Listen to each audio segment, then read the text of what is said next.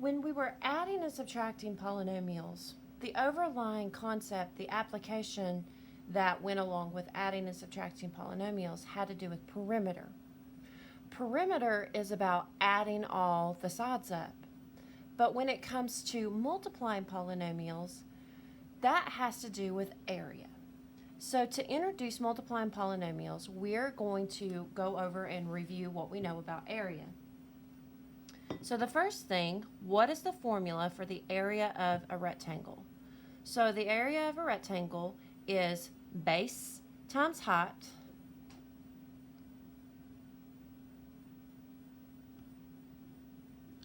the base could be 6 or 6 here times the height of the triangle.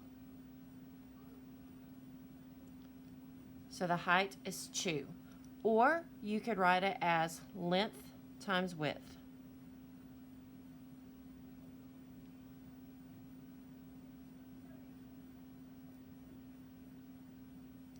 So if this rectangle has a height of 2 inches, a base of 6, what is the area? So 2 times 6 is going to get me an area of 12. So the area of the rectangle is 12 units squared.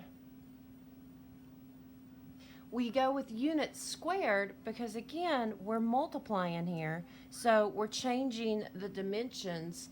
And so, again, you think about exponents. What is x times x? That's x squared. Now take a look at the next rectangle. So if I wanted to find the area, so notice how I've got two different rectangles. It says for the following, find the area of both small rectangles and the area of the total rectangle.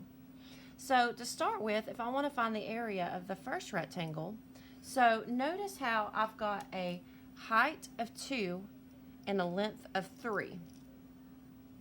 So 2 times 3 is going to get me an area of 6. And for this one, even though it doesn't have the height there beside of it, I know that it has a height of 2 because these two rectangles are side by side and they have the same height. So for this one, it's also going to be 2 times 3 or 6. So the area here is 6 units squared.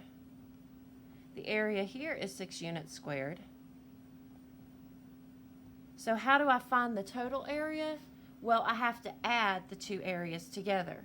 So this area plus that area. So 6 plus 6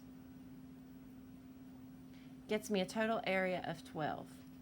Well, notice how these two rectangles have the exact same area. And why is that?